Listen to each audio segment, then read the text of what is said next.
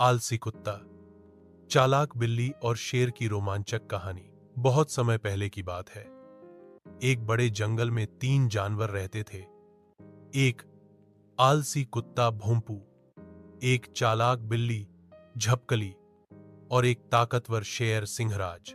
भोंपू को खाने और सोने के अलावा कुछ नहीं सूझता था।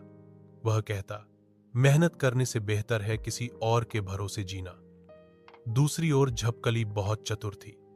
वह हमेशा योजना बनाती रहती थी कि कैसे कम मेहनत में ज्यादा फायदा हो। और सिंहराज जंगल का राजा था, जिसे अपनी ताकत और गुस्से पर घमंड था। एक दिन जंगल में घोषणा हुई कि जो भी जादुई फल लाएगा, उसे शेर सिंहराज की गुफा के खजाने में से सोने की एक ईंट इनाम में मिलेगी।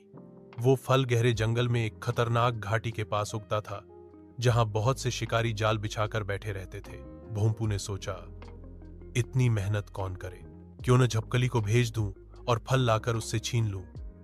उधर झपकली ने सोचा, कुत्ते को साथ ले जाऊंगी ताकि मुसीबत आए तो उसे आगे कर दूं और मैं फल ले आऊं। झपकली ने भोंपू से कहा, तू मेरा दोस्त है, चलो साथ चलते हैं, मैं योजना बनाऊंगी, तू मेरी रक्षा करेगा।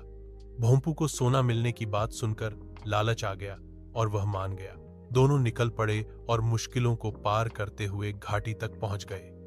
जैसे ही उन्होंने फल तोड़ा, पीछे से एक शिकारी आ गया। झपकली फुर्ती से पेड़ पर चढ़ गई और भोंपू डर के मारे जमीन पर लेट गया। शिकारी ने भोंपू को पकड़ लिया और बोला, तू ही फल चुराने आया था। भोंपू घबराकर रोने लगा, मैं तो बस साथ आया था, असली चालाकी तो बिल्ली की थी। तभी पेड़ से झपकली बोली, अगर मुझे जाने दिया जाए तो मैं शेर सिंहराज को यहां ले आऊंगी, जो तुम्हें इनाम देगा। शिकारी मान गया।